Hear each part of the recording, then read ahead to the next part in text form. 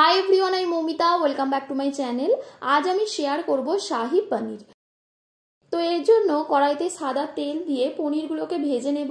আমি এখানে 200 গ্রাম পনির নিয়েছি। পনিরগুলো একটু লাল লাল হয়ে এলে তুলে নেব। এরপর ওই একই তেলের মধ্যে দিয়ে দিচ্ছি গোটা গরম মশলা।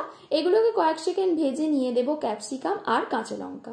এগুলোকেও 1 মিনিট ভেজে নিতে হবে। এরপর দেব হলুদ গুঁড়ো, লঙ্কা গুঁড়ো, জিরে গুঁড়ো আর ধনে গুঁড়ো। মশলাগুলোকে ভালো করে মিশিয়ে নিয়ে দেব টমেটোর পেস্ট। এর সাথে দেব পরিমাণ মতো নুন। এটাকে একটু কষে নিয়ে দেব টক দই আর কাজু বাদাম বাটা।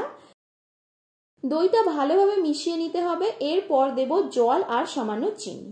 এবার জলটা ফুটে গ্রেভিটা একটু ঠিক হয়ে এলে দেব ভেজে রাখা পনির। এরপর দেব গরম মশলা। গরম মশলাটা দেওয়ার পর 1 মিনিট ফুটিয়ে নেব। এবার সামান্য ধনেপাতা ছড়িয়ে নামিয়ে নেব।